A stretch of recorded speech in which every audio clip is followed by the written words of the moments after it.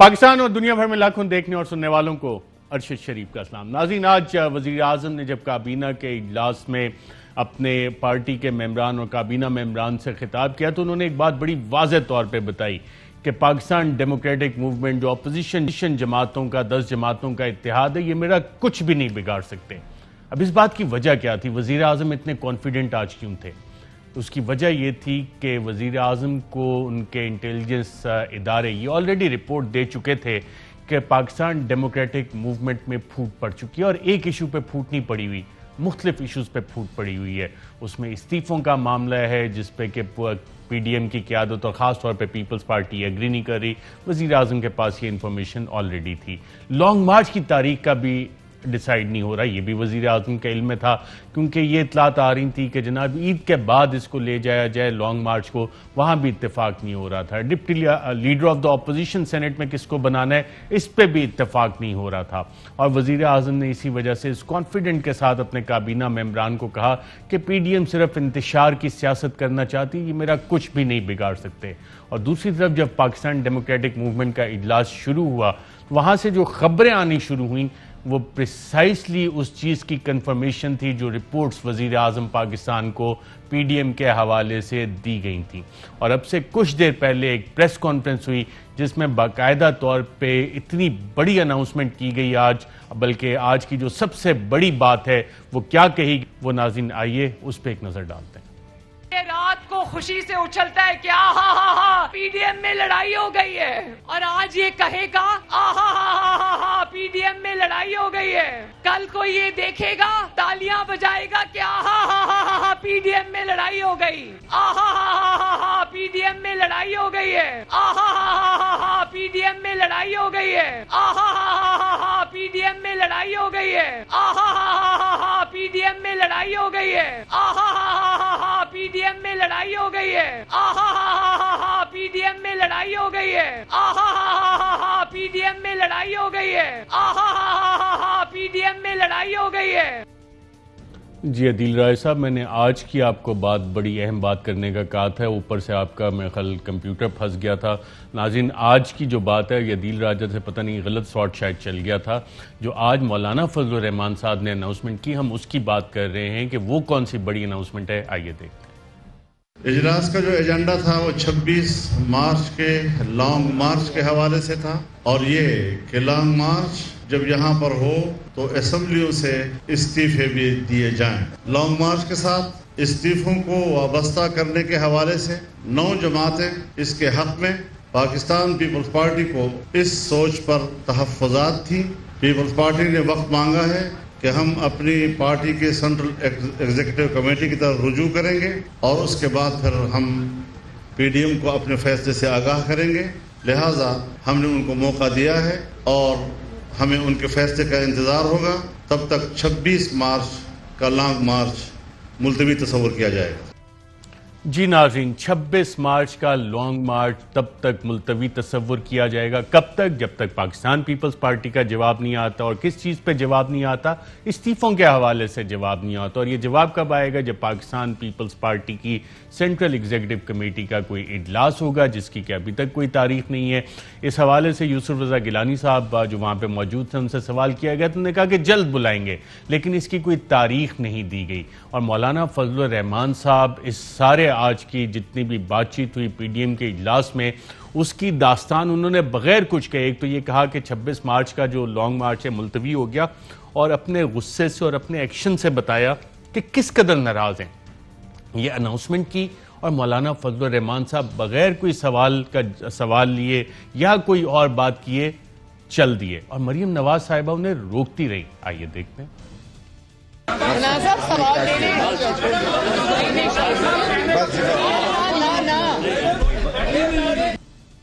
जी नाज़रीन, आपने देखा मौलाना फजल रहमान ने अनाउंस किया, ये ऐलान किया कि 26 मार्च का लॉन्ग मार्च मुलतवी और चल दिए, और मरियम नवाज रोकती रही। जरा दोबारा देखिएगा।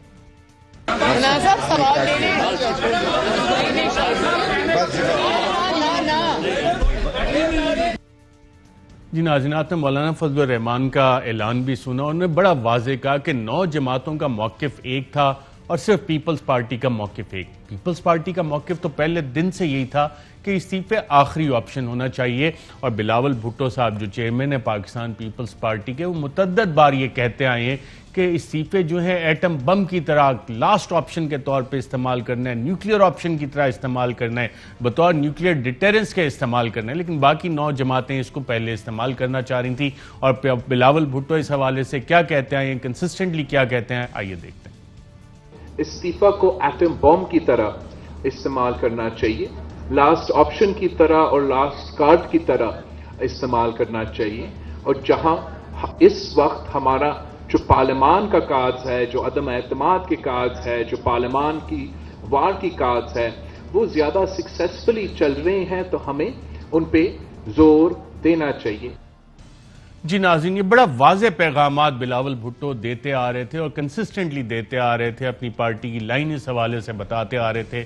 लेकिन इसके बावजूद पाकिस्तान डेमोक्रेटिक मूवमेंट और ख़ास तौर पे पाकिस्तान मुस्लिम लीग नवाज़ और इसकी मरकज़ी क़यादत, और मरकज़ी क़यादत में भी नायब सदर मरियम नवाज साहिबा काफ़ी होपफुल थी। कल भी जब ये इंडिकेशंस आई कि जनाब जरदारी साहब और बिलावल साहब आज पर्सनली नहीं होंगे, ऑनलाइन ज्वाइन करेंगे, तो उस वक्त भी किसी का शायद माथा नहीं खनका था। और मरियम नवाज साहिबा से कल जब इस हवाले से सवाल हुआ तो कल भी वो कॉन्फिडेंट नज़र आ रही थी कि शायद पीपल्स पार्टी को कन्विंस किया जा सकता है। किस तरह उन्होंने इजहार किया इस बात का, आइए देखते हैं।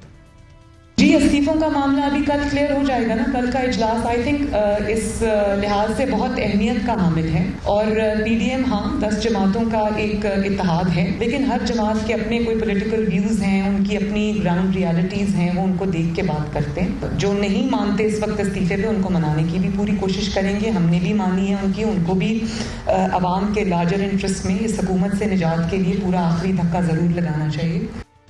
जी नाज़रीन, जो नहीं मानते उन्हें मनाने की कोशिश करेंगे, और जो मनाने की कोशिश थी वो यकीनन पाकिस्तान पीपल्स पार्टी को मनाने की कोशिश होनी थी, और पाकिस्तान पीपल्स पार्टी मानने को तैयार नहीं हुई। तो फिर जो अनाउंसमेंट हुई वो हम सब ने देखी आज कि पीपल्स पार्टी ने कहा जी मैं तो नहीं मानूं, मैं ना मानूं। लेकिन मैं ना मानने वाली जो बात है, पाकिस्तान पीपल्स पार्टी किस तरह से नून लीग का कंधा इस्तेमाल कर रही थी, ये शायद मरियम नवाज साहिबा को उस तरह समझ नहीं आया। लेकिन शहबाज शरीफ साहब जो कि एक्सपीरियंस सियासतदान है, जिनका कि पीपल्स पार्टी के साथ डील करने का एक पुराना एक्सपीरियंस है अपने बड़े भाई के साथ, वो और बिलावल भुट्टो अपनी यंग एज के बावजूद वो भी सियासत कर रहे थे और शहबाज शरीफ के बिल्कुल मुकाबले पे बराबरी की।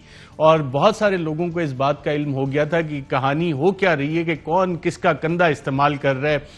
ये बात दोनों ने, शहबाज शरीफ साहब जो नून लीग के ऑफिशियली सदर हैं और पाकिस्तान पीपल्स पार्टी के चेयरपर्सन बिलावल ने पूरी कौम को पहले ही बता दी थी। आइए देखते हैं। शहबाज शरीफ साहब आपके सामने है, सेहतयाब हो गया है, हमारा इनकलाब को लीड करने के लिए तैयार है। और आप देख, मगर मैंने कहा कि जो जवां कंधे हैं जिम्मेदारी मैं इनको दूंगा। जी नाज़रीन, इसको जरा दोबारा देखते हैं कि जो जवान कंधे हैं जिम्मेदारी उनको देंगे, लीड कौन करेगा, कौन किसका कंधा कैसे इस्तेमाल कर रहा था। आइए दोबारा देखते हैं। शहबाज शरीफ साहब आपके सामने है, सेहतयाब हो गया है, हमारा इनकलाब को लीड करने के लिए तैयार है। और आप देख, मगर मैंने कहा कि जो जवां कंधे हैं जिम्मेदारी मैं इनको दूंगा। जी नाज़रीन, इसको कहते हैं आला पाए के सियासतदान। ने बिलावल साहब को देखा, कितने मजे से उन्होंने कहा कि शहबाज शरीफ साहब सेहतयाब हो गया और हमारे इनकलाब को शहबाज शरीफ लीड करेंगे।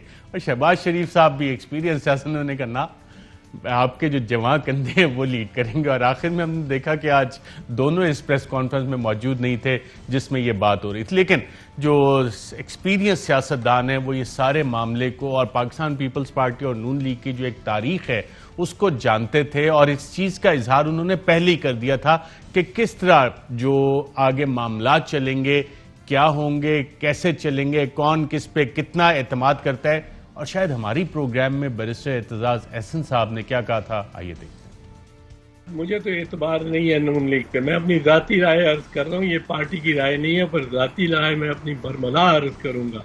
और पार्टी में भी मैं ये मशवरा उनको दूंगा कि इनसे बचें जिन्होंने किसी के साथ वफा नहीं की। जी, इन्होंने किसी के साथ वफा नहीं की और अजब एतबार और बेएतबारी के दरमियान पीपल्स पार्टी और नून लीग की सियासत पिछले कम से कम 3 दिहाइयों से तो चलती आ रही है। और इस एतबार और बेएतबारी का इजहार नून लीग के सीनियर रहनुमा ख्वाजा आसिफ ने किन अल्फाज में किया था, आइए देखते हैं। No, still maintain. I still have reservation against the gentleman जो नाम मैंने लिया है। ऑन ज़रदारी साहब? Yes, I still have the reservation. जो बात मैंने इस स्टेटमेंट जो मैंने दी है, कुछ लोगों को पता है कि मेरा क्या रेफरेंस है, तो it's difficult for me to believe in him even today. Khawaja Asif, मैं बार बार कहूंगा, I still don't believe in him. जी नाज़रीन, I still don't believe in him, और इसको कहते हैं कि तजर्बा होता है। इसी मामले में बात करेंगे और आपको मजीद अहम चीज़ें इसी हवाले से बताएंगे प्रोग्राम में, साथ साथ कुछ मज़े की तारीखी बातें भी आपको सुनाएंगे इस हवाले से। लेकिन मैं अपने पैनलिस्ट का आपसे तारुफ करवा दूँ। इस वक्त हमें कराची से ज्वाइन कर रहे हैं डॉक्टर मिफ्ताह इस्माइल साहब, साबिक वज़ीर ख़जाना। बहुत शुक्रिया डॉक्टर मिफ्ताह इस्माइल साहब प्रोग्राम में शिरकत करने का। और आप बड़ा सीरियस बनने की कोशिश कर रहे हैं लेकिन मुस्करा रहे थे और काफ़ी खुश थे आज कि आपके नॉमिनेशन पेपर्स भी फाइल हो गए और इस्तीफों का फैसला हुआ है कि नहीं होंगे, लॉन्ग मार्च नहीं होगी, तो आप आराम से इलेक्शन भी लड़ेंगे और पार्लियामेंट में भी आएंगे। अरशद भाई शुक्रिया। और एक तो ये कि बड़ा जामे और बड़ा अच्छा आपने इंट्रोडक्शन करा है। सीरियसली मैं बड़ा अच्छा सारे आपने कट्स डाले। मैं ये बात करूं कि देखें, जो 2 पार्टियां, पीपल्स पार्टी और मुस्लिम लीग और JUI, हम अलग अलग पॉलिटिकल पार्टीज हैं। हम अलायंस में ज़रूर हैं लेकिन ऑब्वियसली हमारी एक तारीख मुख्तलिफ है, हमारी एक जद्दोजहद मुख्तलिफ है और हमारी सोच भी मुख्तलिफ है। तो इसमें कोई अचंभे वाली बात नहीं है कि हमारी टैक्टिक्स पे या हमारी कुछ चीज़ों पे डिसएग्रीमेंट हो जाता है। हम अपनी पार्टी में भी डिसएग्री करते हैं, लेकिन पार्टी में चलो आप डिसएग्री करते हैं तो फाइनली आपका लीडर एक डिसाइड करता है and people fall in line. यहाँ पे ऑब्वियसली कोई लीडर नहीं है, everybody is a leader in their own right. तो थोड़ा बहुत डिसएग्रीमेंट हो सकता है, लेकिन लेट्स सी कि क्या फैसला होता है। आई थिंक कि प्रीमेच्योरली इसको हम ये नहीं सोचना चाहिए कि ये लॉन्ग मार्च नहीं होगा या इस्तीफे नहीं होंगे। अभी कुछ टाइम मेरे ख्याल से पीपल्स पार्टी को दिया गया है और उसके बाद कुछ वो निकलेगा। और आपकी बात जो थी वो आपने बड़ा अच्छा इसको ब्रीफली कर दिया है। एज फार एज मेरा इलेक्शन इज कंसर्न, तो मैं तो अगर पार्टी ने हुक्म दिया है कि इलेक्शन लड़ना है तो बिल्कुल इंशाअल्लाह ताला लड़ेंगे। और मैं समझता हूँ कि बल्दिया के अंदर मुस्लिम लीग नून सबसे बड़ी पार्टी भी है और अल्लाह ने चाहा तो इंशाअल्लाह जो सीट शहबाज शरीफ साहब जिस पे लड़े थे और जिस पे पार्टी ने मुझे मौका दिया है उस पर अच्छा कर लेंगे। मैं सिर्फ इतनी बात बताऊँ अरशद भाई कि हम ये PDM और PTI और ये सब बातें करते हैं लॉन्ग मार्च, और हम भूल जाते हैं कि सियासत का मकसद क्या है। मैं उसी सियासत के मकसद पे भी आता हूं और आप ही से तफसील में भी बात करूंगा। आपके इलेक्शन की बात आप कर लेते हैं कि आपको पाकिस्तान पीपल्स पार्टी ने सपोर्ट अपनी का यकीन दिलाया है, क्योंकि आप लोगों ने तो यूसुफ रज़ा गिलानी साहब को मुकम्मल सपोर्ट दी, जिसका आज मरियम बीबी ने बाकायदा तौर पे PDM के फोरम पे इजहार भी किया कि जनाब देखें तमाम नून लीग वालों ने वोट किया। तो आपके इलेक्शन में पाकिस्तान पीपल्स पार्टी किस हद तक आपको सपोर्ट कर रही है और क्या यकीन दहानी कराई है?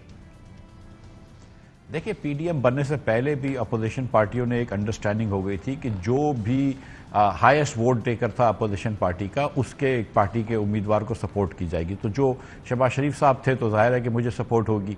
और मेरे ख्याल से मरियम नवाज शरीफ साहबा की और शाहिद अब्बासी साहब की बिलावल भुट्टो, चेयरमैन बिलावल भुट्टो से भी बात हुई है और शाहिद अब्बासी साहब कराची आ रहे हैं जुम्मे को और गालिबन वो बिलावल भुट्टो साहब से मुलाकात करेंगे और मैं शायद उनके साथ भी चले जाऊंगा और फिर हम फॉर्मली इनसे रिक्वेस्ट करेंगे। अभी जो कराची में मलीर में इंतखाबात हुए थे तो PDM के रहनुमा हमारे मुस्लिम लीग नून के ऑफिस में आए थे मेरे पास भी और हमारे सिंध के सदर शाह मोहम्मद शाह साहब के पास, और हमने इनको सपोर्ट करी थी। सो इट्स नॉट कोई इसमें अचुंबे वाली बात नहीं है कि पीपल्स पार्टी आज जो कुछ हुआ PDM के फोरम में, उसके बाद भी आप समझते हैं कि ये इत्तेहाद इसी तरह कायम रहेगा, जो माजी की अंडरस्टैंडिंग थी एक दूसरे को सपोर्ट करने की, वो आइंदा भी चलती रहेंगी? क्योंकि leader of the opposition in senate वो मामला भी आज तय नहीं हो सका। देखिए, मेरे ख्याल से इसके बाद भी आज सपोर्ट होगी और leader of the opposition in senate में जो जहां तक मुझे पता है कि चेयरमैन सेनेट के जो नॉमिनी थे वो पीपल्स पार्टी के थे, हमारे मोहतरम यूसुफ रज़ा गिलानी साहब। डिप्टी चेयरमैन सेनेट के हमारे नॉमिनी अब्दुल गफूर हैदरी साहब थे और जो लीडर ऑफ द अपोजिशन है वो नॉमिनी मेरे ख्याल से अब पाकिस्तान मुस्लिम लीग नून के कोई सेनेटर होंगे। और यूसुफ रज़ा गिलानी साहब का आपके इल्म में है कि उन्हें leader of the opposition in case of any eventuality finally उनको ही बनाना पड़े? मुझे इसके बारे में कोई इल्म नहीं है। जो हमारी जो मेरी अंडरस्टैंडिंग है कि बात ये हुई थी कि एक स्लॉट पीपल्स पार्टी के साथ था, best slot, second best slot जो था वो JUI को दिया था, और हमने तो तीसरा बेस्ट स्लॉट रखा था लीडर ऑफ द अपोजिशन का, वो हमने लिया था। और सच्ची बात यह है कि अभी भी गिलानी साहब मेरे ख्याल से शायद कोर्ट में जाएंगे, या फारूक नाइक साहब मेरे ख्याल से कोर्ट में जा रहे हैं गिलानी साहब के लिए, और हो सकता है कि वो फिर चेयरमैन बन जाए। तो ये स्लॉट तो मेरे ख्याल से मुस्लिम लीग नून की बात हुई थी, but again this is probably above my पे ग्रेड, वो मुस्लिम पार्टी वाले डिसाइड करेंगे। जहां तक हमारे बल्दिया के इलेक्शन का ताल्लुक है, हम तो इलेक्शन लड़ रहे हैं इंशाअल्लाह ताला अगर पार्टी ने कहा तो, और मुझे उम्मीद है कि मुझे PDM की तमाम जमातों की सपोर्ट। बिल्कुल ठीक है डॉक्टर मिफ्ताह इस्माइल साहब, ख्यालात तो आज की तारीख तक और भी बहुत सारे थे, लॉन्ग मार्च भी होनी थी, धरना भी होना था, इमरान खान की हुकूमत को घर भी भेजना था, लेकिन उस पर आपने देखा कि आज सियासत ने क्या पलटा जिस तरह से खाया है। आपके ख्याल में आज के बाद भी PDM बाकायदा तौर पर कायम रहेगी, या कि इंडिविजुअली, और आप जैसा माशाल्लाह जीरक सियासतदान जो पढ़ा लिखा भी है, PhD डॉक्टर भी है, वो समझ रहा है कि नहीं PDM का अभी भी कोई मुस्तकबिल है? देखिए PDM का मुस्तकबिल अगले 2 साल तक, या जब तक ये पार्लियामेंट डिसॉल्व नहीं होती जब तक है। उसके बाद मतलब वी हैव नेवर प्रिटेंडेड कि हम एक जमात हैं या हम साथ रहेंगे, हम तो अलग अलग इलेक्शन लड़ेंगे, इसमें कोई दो राय नहीं है। हमारे बहुत सारे मुख्तलिफ नज़रियात हैं, तो हम अब मुख्तलिफ तरीके से इलेक्शन लड़ेंगे। जो हमारा मिनिमम ऑर्डर वो था कि कॉन्स्टिट्यूशनल रोल्स जो है वो सब अपने अदा करें और जो फ्री एंड फेयर इलेक्शन हो जाए, ये हमारा एक मिनिमल प्रोग्राम था। इसके लिए जद्दोजहद थी, इसके लिए लॉन्ग मार्च था। धरने का मेरे ख्याल से कोई ऐसी डिसीजन नहीं हुआ था। जो मैंने मीटिंग्स अटेंड करी हैं पार्टी की, जब मैं इस्लामाबाद में लास्ट वीक था, तो हम लॉन्ग मार्च की बात कर रहे थे। It's not clear to me कि धरना उसके साथ कोई था। लॉन्ग मार्च की बात अलबत्ता जरूर। देखिए आप जैसा, मैं इसीलिए कहता हूं कि इतने इंटेलिजेंट आदमी, आपने सारी चीजों में था माजी में पास्ट टेंस इस्तेमाल किया, यानी कि किस्सा माजी हो गया। और इस माजी की जब आप था के जिक्र कर रहे हैं, पास्ट टेंस इस्तेमाल कर रहे हैं, तो इसका बाकायदा तौर पे एक माजी है डॉक्टर मिफ्ताह इस्माइल साहब और आसिफ अली जरदारी साहब, जिन्होंने नून लीग को, कुछ लोग तो कह रहे हैं बाकायदा टिश्यू पेपर आज इस्तेमाल करके बाहर फेंको। और किस वजह से किया आसिफ जरदारी साहब ने, जो एक डिस्ट्रस्ट है आसिफ जरदारी साहब का, जो उन्होंने जिक्र किया 14 साल जेल में रहे, उसमें काफी अर्सा नून लीग के दौरे हुकूमत में जेल में रहे, और वो डिस्ट्रस्ट आसिफ जरदारी साहब के माइंड में क्या है, आइए देखते हैं।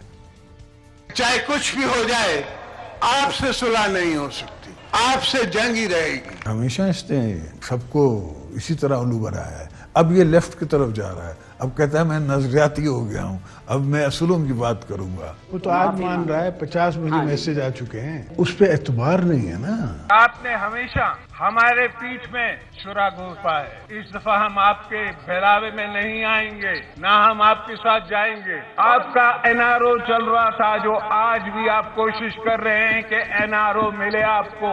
हम मगर इस दफा NRO किसी ने देने की कोशिश की तो हम उस NRO को रद्द भी करेंगे और हम रोकेंगे भी। मैंने तो मियाँ साहब को थका के हराना है। आप समझते हैं मैं मियाँ को निकाल के उसको हीरो बनाऊं, वो मैंने बनाना नहीं है। दुआ और दवा देना हम सियासत के साइंटिस्ट का, सियासी लोगों का काम है। इस तरह तो होता है, इस तरह का जी डॉक्टर मिफ्ताह इस्माइल साहब, इस तरह तो होता है, इस तरह के कामों में आसिफ जरदारी साहब के बारे में जो सियासी तौर पे कहा जाता है एक जरदारी सब पे भारी, आज वो पूरी PDM पे भारी साबित हुए। देखिए इसमें कोई वो बात नहीं है, दो राय नहीं है कि पीपल्स पार्टी एक बहुत बड़ी जमात है, लेकिन इसमें भी कोई दो राय नहीं है कि पाकिस्तान की सबसे बड़ी जमात पाकिस्तान मुस्लिम लीग नून है। और जब जरदारी साहब ये फरमाते हैं कि नवाज शरीफ को इधर होना चाहिए पाकिस्तान में, तो वो एक लिहाज से एडमिशन है कि नवाज शरीफ से बड़ा पाकिस्तान में कोई लीडर नहीं है। और सुप्रीम कोर्ट ने नवाज शरीफ को कहा कि आप सियासत से नाअहल हैं, और नवाज शरीफ को बल्कि मुस्लिम लीग नून का सदर भी नहीं होने दिया। तो आज तो हम ये कह सकते हैं कि नवाज शरीफ तो पार्टी के सदर भी नहीं है। जो नवाज शरीफ साहब ने टिकट साइन करके दी थी, उन लोगों को इंडिपेंडेंट कर दिया। जो आज एक इंडिपेंडेंट जो है वो डिप्टी चेयरमैन बनाया, वो हमारी टिकट पे इलेक्ट हुआ था, जिसको जमीर जाग गया था उसका, और उसने मुस्लिम लीग वो PTI ज्वाइन कर ली। तो नवाज शरीफ से बड़ा पाकिस्तान में कोई लीडर है नहीं। इतने बड़े लीडर को आज जरदारी साहब ने PDM के फोरम पे कहा कि वापस आएं और इनकलाब को लीड करें, तो इतने बड़े लीडर साहब जो हैं और सारी ये छोटी जमातें इतने बड़े लीडर और जमात को आगे कैसे लगा लिया और उनकी बात मानेंगे? देखिए, मियां नवाज शरीफ जो थे, जब उनको सज़ा हुई थी जुलाई 2018 में, तो वो अपनी बेगम साहिबा को बिस्तर मर्ग पर छोड़कर अपनी बेटी के हमरा पाकिस्तान आए थे और जेल में गए थे। मुझे आप बता दीजिए कि तारीख में कितने और लीडर हैं जो कि लंदन से पाकिस्तान आए थे जेल में जाने के लिए। आप जानते हैं कि इनकलाब आना था, लेकिन शहबाज शरीफ साहब लाहौर की सड़कों पर गुम हो गए थे, एयरपोर्ट पहुंच नहीं सके थे। नहीं, मेरी गुजारिश है कि इमरान खान साहब तो दीवार फलांग के भाग गए थे और नवाज शरीफ जो है वो जेल में जाने के लिए पाकिस्तान आए थे और उसके बाद सेकंड टाइम भी जेल में गए। मरियम भी इधर बैठी है। शहबाज शरीफ इस बार फिर लंदन से वापस आए कि मैं जब कोरोना शुरू हुआ और जेल में बैठे हुए, जो हमारी पार्टी के सदर हैं। तो हमारी पार्टी के पास अल्हम्दुलिल्लाह लीडरान मौजूद है। जब नवाज शरीफ को आपने हटाया था वज़ारत उज़्मा से, इसलिए कि आपने अपने बेटे की फर्जी नौकरी के ऊपर तनख्वाह नहीं ली थी, मतलब कमाल उन्होंने चीज़ निकाली थी, तो उस पर भी हमारे पास लीडरान की कमी नहीं थी। दूसरे दिन जो थी वो नई काबीना फॉर्म हुई, शाहिद अब्बासी आए और सब ने काम संभाल लिया और अल्लाह ताला की मेहरबानी से वो तसलसल जारी रहा। 55 रुपए की चीनी नवाज शरीफ ने जब हलफ लिया था उस दिन थी, जिस दिन शाहिद अब्बासी ने छोड़ा तो 53 रुपए की चीनी थी। 5 साल हमने चीनी की प्राइस को कांस्टेंट रखा, थोड़ा बहुत ऊपर नीचे हुआ, 60-70 तक गई, 40 तक गई। ये आते साथ 6 महीने में इमरान खान साहब ने 115 रुपए की कर दी। आज 105 रुपए की चीनी है। आज पाकिस्तान में 70 रुपए का आटा है। आज पाकिस्तान में 170 रुपए के अंडा 1 दर्जन मिलता है। आज पाकिस्तान में 500 रुपए किलो मुर्गी मिलती है। इसको भूल जाएं कि लॉन्ग मार्च में पीपल्स पार्टी जाएगी या पीपल्स पार्टी जाएगी या जेयूआई जाएगी या मुस्लिम लीग जाएगी। इस बात का जवाब दें कि इतनी महंगाई क्यों हो गई है पाकिस्तान के अंदर। इस बात का जवाब दें कि जो लोग बेरोजगार है उसकी रोजगार क्यों मिलेगी। मैं आपको आज सच बता रहा हूं, मैं आपको ये हकीकत बता रहा हूं कि एक आदमी अपनी बेगम के साथ मोटरसाइकिल पे था, मैंने उससे वोट मांगा तो उसकी बेगम बोलती है कि भाई हम अपना घर का सामान बेचने आए, मेरा शौहर बेरोजगार है। ये आपने पाकिस्तान को कर दिया है। इससे क्या फर्क पड़ता है कि नवाज शरीफ या पीडीएम या कोई भी है जो जलसे कर रहा है ना कर रहा है या लॉन्ग मार्च कर रहा है।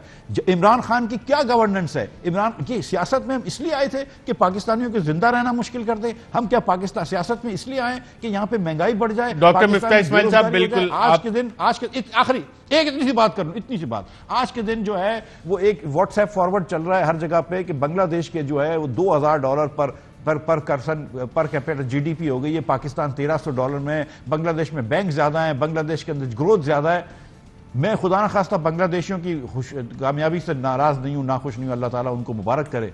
लेकिन ये लम्हा फिक्रिया हमारी कौम के लिए तो है ना कि हमने पिछले 30-50 साल में क्या किया है, हम अपने लोगों के साथ क्या कर रहे हैं। हम ये गुर्बत के अंदर लोगों को बड़ा कर रहे हैं, जहालत में लोगों को बड़ा कर रहे हैं। क्या हम पाकिस्तान को सही डगर पे लेके चलें? तो सारी सियासत जो है ना, मैं कहता हूं चूल्हे में जाए, अगर हम पाकिस्तान को सही डगर पे नहीं ला सकते तो ये अब आप बिल्कुल ठीक है। और डॉक्टर मिफ्ताह इस्माइल साहब, इससे पहले कि मैं वक्फे पे जाऊं, आपने ये सारी बताई, हुकूमत कहती है और प्राइम मिनिस्टर इमरान खान साहब कहते हैं कि सब कुछ किया धरा आपकी हुकूमतों का है, और आपने जो 30 और 50 साल का जिक्र किया उसमें तो आपकी हुकूमतें थी और वो सिर्फ अब स्ट्रक्चरल रिफॉर्म्स कर रहे हैं, चीज़ें बेहतर करने की कोशिश कर रहे हैं और बेहतरी नजर आएगी। आज भी वुज़रा ने जो प्रेस कॉन्फ्रेंस की, उन्होंने कहा कि जी लार्ज स्केल मैन्युफैक्चरिंग इतनी ज़्यादा ग्रोथ हो रही है, मईशत सही डगर पे है और आप देखेंगे कि यहाँ पे अब दूध और शहद की नहरें इंशाल्लाह बहेंगी। इंशाल्लाह। वो गालिब ने भी कहा है ना कि कौन जीता है तेरी जुल्फ के सर होने तक। तो ये मतलब ये पता नहीं कब होगा। अल्लाह करे कि हो जाए। लेकिन मैं आपको सच बता रहा हूं कि जो ग्रोथ मैं मुस्लिम लीग नून 5.7% पे छोड़ के गई थी, वो 0.4 मनफी पे लेके आ गए। इस साल शायद अल्लाह करेगा तो 1.5% पे आएगी। पाकिस्तान के अंदर 30 लाख लोगों से ज्यादा अनएम्प्लॉयड हो गए हमारे छोड़ने के बाद। पाकिस्तान में 1 करोड़ लोगों से ज्यादा इन्होंने खतरे गुर्बत पे डाल दिया है। फिर खान साहब ने प्रोग्राम निकाला है, मैं ये बात करना चाहता हूं, एक प्रोग्राम निकाला है कि कोई भूखा ना सोए। अच्छी बात है, कोई भूखा नहीं सोना चाहिए, किसी का बच्चा भूखा नहीं सोना चाहिए, बात को मैं समझता हूं। 2 ट्रकें, एक लाहौर में, एक इस्लामाबाद में चल रही है, एक रावलपिंडी में चल रही है। 2 ट्रकें बनाई हैं। 22 करोड़ लोग हैं, 2 ट्रकें इमरान खान ने बनाई हैं। यार ये ड्रामाबाजी हो रही है ना मेरे भाई, ये ड्रामाबाजी है, इससे कुछ नहीं होगा। आपने यहाँ पे कारखाने लगाने हैं, आपने यहाँ पे ग्रोथ बढ़ानी है। आपने जाके 13% इंटरेस्ट कर दिया। हॉट मनी के चक्कर में आपने 1500 अरब रुपए उधर आपने बैंकों को और इंटरेस्ट दे दिया। आपने यहाँ पे बजट डेफिसिट बढ़ा दिए। आप 3 साल से टैक्स नहीं जमा कर पा रहे। 3 साल से आपके बजट डेफिसिट बढ़ रहे हैं। 3 साल से आपके पाकिस्तान का रिकॉर्ड बजट डेफिसिट है। हफीज शेख साहब का एक वो है कि 5, 6, 7 साल 3 हुकूमतों में वजीर आजम रहे, कभी भी 4% से ज्यादा ग्रोथ नहीं आई और कभी भी 7% से ज्यादा कम डेफिसिट नहीं आया है। तो ये डेफिसिट इतना बड़ा लेके आ गए, ये ग्रोथ नहीं आई है, ये क्या किस तरफ लेके जा रहे हो मुल्क को मेरे डॉक्टर मिफ्ताह इस्माइल साहब, इतने हालात खराब हैं और बिल्कुल आप जो इकोनॉमिक इंडिकेटर्स में आपके चैलेंज नहीं करता, आप साबिक फाइनेंस मिनिस्टर हैं, इतने हालात खराब हैं उसके बावजूद पीडीएम की 10 जमातें अवाम को मोबिलाइज नहीं कर सकी, निकल नहीं सकी और हुकूमत को टफ टाइम नहीं दे सक रही। क्या वजह है इसकी? क्या ये वजह है कि इमरान खान साहब कहते हैं कि आप लोग अपने जाती मुफादात के लिए इकट्ठे हुए, इसलिए लोगों की सपोर्ट नहीं है आप लोगों को? भाईजान, जब हम नौशेरा में इमरान खान को हरा के आ गए तो उसके घर में जाके हमने उसको मारा है, तो अब तो ये बात छोड़ दो ना कि हम लोगों को जमा नहीं कर सकते। आप करा दीजिए इलेक्शन, देख लीजिए। नौशेरा में तो ये आपस में खट्टक वर्सेस खट्टक फैमिली की इंटरनल लड़ाई थी, क्रेडिट आप लिए जा रहे हैं उसका। नहीं, तो फिर गुजारिश ये है कि नौशेरा में जब जीतते हैं तो इमरान खान जीतता है, लेकिन जब हारते हैं तो कोई और हारता है। ये है, मतलब हारते हैं तो परवेज खटक हारता है या कोई और खटक हार जाता है, लियाकत खटक हार जाता है, लेकिन जीतते हैं तो इमरान खान जीतता है। डॉक्टर साहब, जज्बाती हो गए आप, बहुत जज्बाती हो गए। शहबाज शरीफ साहब की तरफ से माइक हटा दिया गया, इजाजत दे आप माइक लगा ले, मैं वक्फा ले 12 नाज़रीन आपकी खिदमत में हाजिर होते हैं। वेलकम बैक नाज़रीन। पाकिस्तान मुस्लिम लीग नवाज में अब ये सोच बाकायदा तौर पे आ रही है और दीगर जमातों में भी ये इतलात आ रही हैं कि अगर पाकिस्तान पीपल्स पार्टी पीडीएम के साथ नहीं चलती तो पीडीएम की दीगर जमातों को अपनी राहें जुदा करके पाकिस्तान पीपल्स पार्टी को अलग करके ये मुहिम आगे लेके चलनी चाहिए हुकूमत के खिलाफ। लेकिन क्या पाकिस्तान मुस्लिम लीग नवाज और दीगर जमातें ये कर सकेंगी? और ख़ास तौर पर अगर इस तनाजुर में देखा जाए कि जितनी डेडलाइंस हैं हुकूमत के खिलाफ, जितने महाज बनाए गए, जो कुछ अनाउंसमेंट्स की गई, बड़े बड़े इस्तीफ़ों के हवाले से क्या क्या दावे किए गए, वो तो आज तक पूरे नहीं हुए, बल्कि दावे क्या हुए आज तक, आइए देखते हैं। रात को खुशी से उछलता है कि आहा पीडीएम में लड़ाई हो गई है, और आज ये कहेगा आहा पीडीएम में लड़ाई हो गई है। कल को ये देखेगा, तालियां बजाएगा कि आहा पीडीएम में लड़ाई हो गई, आहा पीडीएम में लड़ाई हो गई है, आहा पीडीएम में लड़ाई हो गई है, आहा पीडीएम में लड़ाई हो गई है, आहा पीडीएम में लड़ाई हो गई है, आहा पीडीएम में लड़ाई हो गई है। मैं माफी चाहता हूँ मिफ्ताह इस्माइल साहब, ये अदील राजा बार बार गलत शॉट चला रहा है। मैंने इस्तीफों के हवाले से अदील राजा साहब कहा था, वो वाली बातें जो हैं दावे वो चला दें प्लीज। अगर आपकी पार्टियों ने इस्तीफे देने का फैसला किया तो मेरी पाकिस्तान के मुंतखब नुमाइंदों से ये रिक्वेस्ट है कि किसी दबाव में आने से इनकार कर देना। लाहौर वालों, क्या फैसला है? इस्तीफे इनके मुंह पर मारे। यकीन मानो मेरे घर इस्तीफों के अंबार लग गए, मेरे पास इस्तीफों के अंबार लग गए। सब एमएनएज, सब एमपीएस अपने इस्तीफे अपने हाथ में लेकर आए। अगर पीडीएम रिजाइन करती है, जो कि इंशाअल्लाह ताला हम करेंगे, आप इलेक्शन नहीं करा सकते। इस्तीफे उठा के इनके मुंह पर मारने चाहिए। ये पड़े तुम्हारे इस्तीफे, 400-500 इस्तीफे जब आ जाएंगे, तुम्हारा एक दिन इस मुल्क में वजीर आजम, जाली वजीर आजम रहना मुश्किल है। हमारे 2 अरकान के इस्तीफे किसी ने शरारत से स्पीकर के पास भेज दिए। स्पीकर आपको कहे कि आओ और इस्तीफों की तस्दीक करो, तो कहना ये पड़े तुम्हारे इस्तीफे, करो कबूल इनको। जाली असेंबलियों में बैठे रहिए, इस्तीफा दे दें। याद रखना, जिस दिन पीडीएम ने इस्तीफे दे दिए, उस दिन इस हुकूमत का काम इंशाअल्लाह ताला तमाम हो जाएगा। जी नाज़रीन, आपने देखा और डॉक्टर मिफ्ताह इस्माइल साहब एक शेर पढ़ रहे थे तो इन सारी चीज़ों को देख के मुझे भी याद आ रहा था कि तेरे वादे पे हम जिए तो ये जान के झूठ जाना कि खुशी से मर ना जाते अगर एतबार होता। डॉक्टर साहब, वज़ीर आज़म साहब इतलात हैं, हेलमेट पहन के बाकायदा तौर पर बैठे थे कि नून लीग के इतने सारे इस्तीफे आके वजने, वो किधर चले गए इस्तीफे?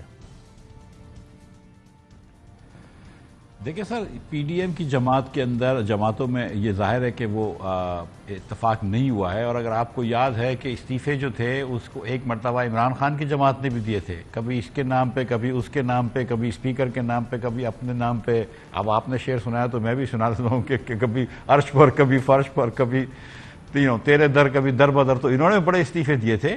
हम तो इस्तीफे देने के लिए तैयार हैं, इसमें कोई डाउट नहीं है, लेकिन द फैक्ट है कि पीपल्स पार्टी को भी तैयार होना चाहिए और दीगर जमातों को भी तैयार होना चाहिए। पीपल्स पार्टी ने क्लियरली कहा है कि वो इस वक्त तैयार नहीं है, तो और भुट्टो साहब ने कहा है, बिलावल भुट्टो साहब ने, कि वो एक न्यूक्लियर ऑप्शन है जो बाद में करेंगे, तो उनको थोड़ा सा टाइम दिया है। हम थोड़ी देर में डिसाइड कर लेंगे, 8-10 दिनों में पीपल्स पार्टी डिसाइड करके बताएगी कि वो क्या करना चाहते हैं, क्या लाएअमल है, उसके बाद देख लेंगे लाएअमल। मकसद ये जो है वो इस हुकूमत से निजात लेना है, इस हुकूमत से जिसने पाकिस्तान की 40% ज़्यादा मकरूज कर दिया है। इतना मकरूज कर दिया है कि अगर हर पाकिस्तानी को 4 साल तक फ्री आटा देते, फ्री चीनी देते, फ्री बिजली देते और फ्री गैस देते, तो जितना पैसे खर्च होते उससे ज़्यादा इन्होंने इमरान खान साहब ने 2.5 साल में मकरूज कर दिया है। मकरूज कैसे कर दिया है डॉक्टर मिफ्ताह इस्माइल साहब? ये हमें फैक्ट्स क्लैरिफाई करने चाहिए। आप इतना बड़ा इल्ज़ाम लगा रहे हैं हुकूमत पे कि इतने सारे लोन्स उन्होंने ले लिए और मकरूज कर दिया। प्राइम मिनिस्टर साहब तो कहते हैं कि वो जो लोन्स आपके कर्जे आपकी हुकूमतों ने लिए हुए थे वो तो सिर्फ उसका इंटरेस्ट पे कर रहे हैं। ये बात दुरुस्त नहीं है। देखें, गुजारिश ये है कि जब हम छोड़ के गए थे तो 25,000 अरब रुपए इस पाकिस्तान के ऊपर कर्ज था। आज इसका कर्ज जो है वो 37,000 अरब से ज़्यादा हो गया है। इनफैक्ट 12,863 अरब रुपए इन्होंने दिसंबर 31 तक चढ़ा दिया था, इसमें कोई डाउट नहीं है। सिंपल हिसाब है। 12,863 अरब रुपए इमरान खान ने जुलाई 1 2018 से लेकर दिसंबर 31 2020 तक चढ़ाया। इसमें ये सीधा सा नंबर है। अब आपसे मैं ये पूछता हूं कि अगर एक कर्ज मुल्क का 25,000 से 37,000 हो जाए तो कर्ज बढ़ा है या कम हुआ है? बढ़ा है ना। तो इमरान खान ने कर्ज बढ़ाया है। जिस तरह जब अच्छा, दूसरा ये कहते हैं कि हमने कर्ज किसी का वापस किया है, वो एकदम बात गलत है। 1 पैसा 1 रुपया वापस नहीं किया है। जो डेट जो ड्यू होती है उसको रीरोल करते हैं। मिसाल के तौर पर आप अपना हबीब बैंक क्रेडिट कार्ड लेकर फैसल बैंक का क्रेडिट कार्ड के पैसे भर दें तो कर्ज तो कम नहीं किया ना, कर्ज तो आपने बढ़ाया ही है। एक क्रेडिट कार्ड की जगह दूसरे क्रेडिट कार्ड पर उधार कर लिया। इन्होंने अगर 100 अरब रुपया ड्यू हुआ है तो 125 अरब रुपए का नया कर्ज लिया है। तो ये कौन सा कर्ज इन्होंने उतारा है? ये नहीं, तो आप कह रहे हैं कि कर्ज भी नहीं उतारा जा रहा और कर्ज लिया भी जा रहा है, तो फिर ये पैसा इस्तेमाल किधर हो रहा है? देखें, हमसे पूछा था, डेट कमीशन बनाया था, मैं टीवी पे आया हूं। मैं आज भी अगर आप मुझे अगली मरतबा कभी बुलाएंगे तो मैं हाजिर हो जाऊंगा और आपको मेरे 5 साल का, नवाज शरीफ के 5 साल का एक पैसे का हिसाब दे दूंगा। ये पूछ लीजिए इनसे, 2.5 साल का हिसाब इनसे ले लीजिए कि भाई तुमने पैसे खर्च कहां करें। ये बता दो कि तुमने 1 पैसा टैक्स बढ़ाया है या अभी तक वही टैक्स लेके आया जो मिफ्ताह इस्माइल लेके आया था 3 साल पहले, जब रुपया जो था वो 115 रुपए का था। आज 160 रुपए के रुपए पे तुम उतना ही टैक्स ले रहे हो। आज तुमने इंपोर्ट टैक्स बढ़ाने के बाद भी तुम इतना टैक्स ले रहे हो। तो तुम क्या कर रहे हो भाई? तुम टैक्स नहीं जमा कर पा रहे, तुमने एक बिजली का प्रोजेक्ट नहीं लगाया, ट्रांसमिशन का एक केबल नहीं बिछाया, डिस्ट्रीब्यूशन की एक चीज नहीं करी, गैस के टर्मिनल्स नहीं लगाए, गैस की पाइपलाइन नहीं लगाई। आप कर क्या रहे हैं? आपने करंट एक्सपेंडिचर्स बढ़ रहे हैं। करंट एक्सपेंडिचर्स इमरान खान साहब की हुकूमत में इन्फ्लेशन से, यानी कि महंगाई से की रफ्तार से तेजी से बढ़ रहे हैं। तो ये पैसे तो करंट एक्सपेंडिचर्स में बढ़ रहे हैं। मतलब जब मतलब सीधी सी बात है कि ये हुकूमत जो है इसने पैसे जाया करें इस मुल्क के, इसने इस मुल्क के अवाम के वक्त जाया करा है, पैसे जाया करें। आज पूरी दुनिया आगे निकल रही है, हम पीछे जा रहे हैं। 2-2.5 साल में ये बात करते थे कि नून में एक्सपोर्ट नहीं हुआ, आज इन्होंने एक्सपोर्ट कम कर दी है। अभी तक एक्सपोर्ट कम हुई है। एक्सपोर्ट तो वो कोरोना की वजह से कम हुई थी ना, और उसके बाद हुकूमत कहती है टेक्सटाइल्स की रिकॉर्ड एक्सपोर्ट्स हुई हैं, लोगों को नौकरियां नहीं मिल रही, डबल ट्रिपल शिफ्ट में काम कर रही है आपकी टेक्सटाइल इंडस्ट्री, और एक्सपोर्ट्स की फिगर जो है रजाक दाऊद साहब बताते हैं कि इतनी बेहतर हो गई हैं। और आपने जितनी अभी सारी चीजें की, उमर रेमिटेंसेस जो हैं वो रिकॉर्ड आ रही हैं, हर महीने $2 बिलियन से ज्यादा आ रही हैं। करंट अकाउंट सरप्लस वजीर आजम बता रहे थे कि इतना ज्यादा हमारा हो गया। और फिर उमर अयूब साहब बताते हैं कि जो कुछ आज सर्कुलर डेट और ये सारे मसाइल हैं, ये फंदे तो आप डाल के गए हैं इस हुकूमत के गले में। अच्छा, अब गुजारिश कर लेता हूं एक एक करके। ये आज वज़राओं ने प्रेस कॉन्फ्रेंस भी करी है कि लार्ज स्केल मैन्युफैक्चरिंग बढ़ गई है। LSM 175.15 के ऊपर ये इंडेक्स पहुंचा है। 175.17 था ये इंडेक्स जब मुस्लिम लीग नून की हुकूमत थी मार्च 2018 में। तो जो 2.5 साल बाद ये वहां पहुंचे जहां हम छोड़ के गए थे। एक्सपोर्ट्स दूसरे साल कोरोना है ना, पहले साल तो कोरोना नहीं था ना। पहले साल आपने 40% डिवैल्यू करा। मुस्लिम लीग नून की हुकूमत के अंदर एक्सपोर्ट था $24.78 अरब डॉलर्स। $24.78 बिलियन, इन्होंने $500 मिलियन कम करा पहले साल एक्सपोर्ट, दूसरे साल उससे $2.5 बिलियन कम करा। इस साल जो है स्टेट बैंक के नंबर्स हैं कि पिछले महीने तक, फरवरी तक, इस पिछले साल से अभी 3.8% एक्सपोर्ट कम था। ये नंबर स्टेट बैंक है, अगर कोई गलती हो गई तो माफ करें, लेकिन मेरे ख्याल से गलती नहीं हुई है नंबरों में, अमूमन मैं ठीक होता हूं। अच्छा, उसके बाद रज़ाक दाऊद साहब कहते हैं कि एक्सपोर्ट बढ़ गई, तो एक्सपोर्ट तो कम हुई है। अब वो बताते हैं यार इस महीने जो है वो हमने टी शर्ट्स बहुत ज्यादा परू को भेजनी है। तो भाई 150 मुल्कों को भेज रहे हो, 50 आइटम, 7500 लाइन आइटम से एक आध चीज में बढ़ जाते हो, मगर ओवरऑल हजम तो कम हुआ है ना आपका। आप इंपोर्ट आपका बढ़ गया है, लेकिन आपकी इंपोर्ट ड्यूटी कम हो गई है, तो पैसे पता नहीं किधर जा रहे हैं, किधर गड़बड़ कर रहे हैं। मेरी सीरियसली मैं आपको बताऊं कि ये एमेचर आवर चल रहा है पाकिस्तान के अंदर, इनको बिल्कुल ये काम नहीं आता है। मतलब इन लोगों को, मतलब मैं आपको बताऊं, देखिए चीनी में तो बिल्कुल चोरी हुई है। डॉक्टर इस्माइल साहब कैसे कहते हैं ये काम नहीं आता? IMF का प्रोग्राम है सारा, वो चल रहा है। डॉक्टर हफीज शेख माशाल्लाह पूरी मईशत को वो कह रहे हैं कि मैं सही सिमत में डाल रहा हूं, जो कुछ पिछला इस एक मईशत के साथ खिलवाड़ खेला गया है नून लीग के दौरे हुकूमत में, उसको सही करें। और IMF का ट्रस्ट है पाकिस्तान के ऊपर, ये तो प्रोग्राम चल रहा है। ये कहते हैं डॉक्टर हफीज शेख साहब कह रहे हैं कि ये अमेचर्स की हुकूमत है। देखिए हफीज शेख साहब कौन सी पुरानी सिमत को ठीक कर रहे हैं? जब पीपल्स पार्टी में वो खुद वजीर थे उस सिमत को ठीक कर रहे हैं, या मुशर्रफ में जब वो वजीर थे उस सिमत को ठीक कर रहे हैं? रज़ाक दाऊद साहब कौन सी सिमत को ठीक कर रहे हैं? जब वो मुशर्रफ के जमाने में वजीर थे वो सिमत को ठीक कर रहे हैं, या हमारी गलती से हो गई थी? और अगर एक्सपोर्ट की सिमत को ठीक करने का मतलब है एक्सपोर्ट बढ़नी चाहिए या कम होनी चाहिए? क्योंकि अभी एक्सपोर्ट तो कम हो गई है, तो फिर एक्सपोर्ट बढ़ी नहीं है, तो फिर सिमत कैसे ठीक हुई है? अगर आपने टैक्स कलेक्शन 2 साल बाद भी अगर आप नून के टैक्स कलेक्शन के आगे नहीं बढ़े और आपने तमाम कंटिन्यूस एमनेस्टी दी हुई है उसको कंस्ट्रक्शन इंडस्ट्री को, और उसके बाद भी आप आगे नहीं बढ़े, तो आप कौन सी सिमत ठीक कर रहे हैं? कौन सी सिमत सही हो रही है? यहाँ पे वफा लेते हैं फवाद चौधरी साहब, वफाकी वजीर बराए साइंस ने भी हमें ज्वाइन कर लिया है। वक्फे के इसी डिबेट को और आज PDM का जो कुछ हुआ है इस पर बात करते हैं एक वक्फे के बाद। वेलकम बैक नाज़रीन। वफाकी वजीर बराए science and technology Fawad Chaudhry साहब ने भी हमें ज्वाइन किया। मिनिस्टर साहब, पाकिस्तान डेमोक्रेटिक मूवमेंट आज के बाद इसका मुस्तकबिल क्या होगा, और अपनी मौजूदा शक्ल जो आज तक इसकी शक्ल थी इसमें आइंदा बरकरार रहेगी? देखिए अच्छा, पहले तो मेरी बहुत ही माजरत कि मैं आपके प्रोग्राम में जो है वो डिले हो गया और आ नहीं सका उस तरह। देखिए जहाँ तक PDM का ताल्लुक है, मेरी नज़र में ये आज का जो वाक़या हुआ है उसके बाद अमली तौर के ऊपर तो PDM ख़त्म हो गई। अब तो ये सिर्फ ये है कि देखना ये है कि कितनी देर तक जो है वो एक दूसरे के साथ गिले शिकवे चलते हैं, क्या होता है।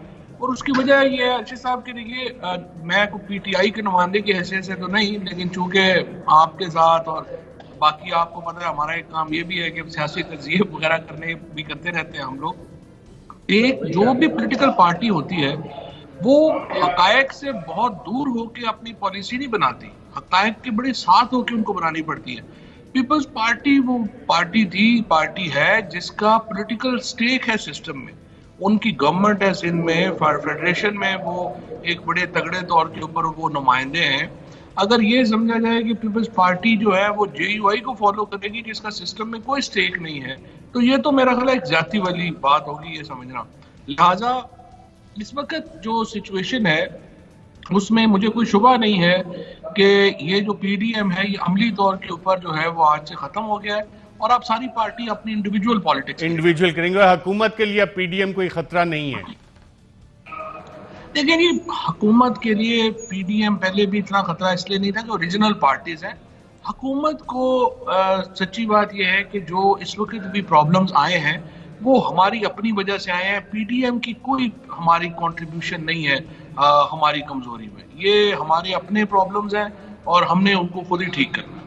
बिल्कुल ठीक है। डॉक्टर मिफ्ताह इस्माइल साहब, आप इससे एग्री करते हैं कि आइंदा नून लीग की सियासत अलग होगी और पीपल्स पार्टी की जैसे माजी में होता था अलग अलग सियासत चलेगी? सर हमने तो अभी मैंने गुजारिश शुरू में भी करी थी कि हमारा जो इत्तेहाद है वो तो सिर्फ असेंबली डिसॉल्व होने तक था, इलेक्टोरल अलायंस तो नहीं है। और मैं फवाद साहब की बात से एकदम एग्री करता हूं कि PTI की जो मुश्किलात हैं वो ख़ास तौर पे इसलिए कि उन्होंने पाकिस्तानियों का जीना अजीरन कर रखा है। जो महंगाई लेके आए हैं पाकिस्तान के अंदर PTI वाले, जो इनके वज़रा आए हैं और जो महंगाई लेके, बिल्कुल ठीक है, महंगाई लेके आए हैं। मैं मिनिस्टर साहब का वर्जन भी ले लूंगी, आपने ये बात एलिगेशन थी महंगाई लेके आए और जीना मिनिस्टर साहब आपने पाकिस्तानियों का मुश्किल कर दिया है। देखिए अरशद, इस वक्त मैं देखिए मिफ्ता का जो है ना दिल टूटा हुआ है, आंखें जो है वो थोड़ी सारी भारी हुई हैं। मेरे दोस्त हैं, मैं इस वक्त उनकी किसी बात का जवाब नहीं दूंगा।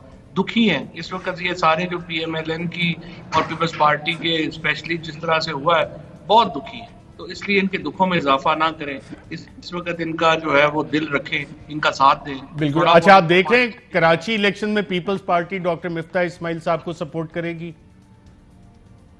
ये भी मुझे मुश्किल ही लगता है। हालांकि मिफ्ता इस्माइल साहब जो हैं वो इलेक्शन लड़े, ये बड़ी ज़बरदस्त बात है, लेकिन मुझे नहीं लगता पीपल्स पार्टी जो है वो इनको सपोर्ट करेगी। और अगर सपोर्ट भी करेगी तो जो खंजर है वो उनकी पुश्त पे ही होगा। और मिफ्ता साहब को पता है कि कितने कौन कौन इनका दोस्त है। ओहो, डॉक्टर साहब पता है आपको, डॉक्टर मिफ्ता इस्माइल साहब, मिनिस्टर साहब ने आपको फ्यूचरिस्टिक बता दिया क्या होने वाला है? देखिए, जिधर बल्दिया के लोगों के अंदर जहाँ पे आटा, चीनी, अंडे, तेल खरीदना मुश्किल कर दिया है, जहाँ पे बिजली महंगी कर दी, जहाँ पे गैस महंगी कर दी, वहाँ पर PTI को हराना तो बहुत आसान है। डॉक्टर साहब, वैसे जोश सारा का सारा आपके एकदम आवाज इतनी मेलो डाउन हो गई। चले, जैसे मिनिस्टर साहब ने कहा जरा ध्यान रखिएगा। नहीं, फवाद साहब का दबदबा है ना, इतना इनका रोब है मेरे दोस्त। डॉक्टर मिफ्ता इस्माइल साहब और फवाद चौधरी साहब दोनों का प्रोग्राम में शिरकत का शुक्रिया। प्रोग्राम में नाज़रीन है।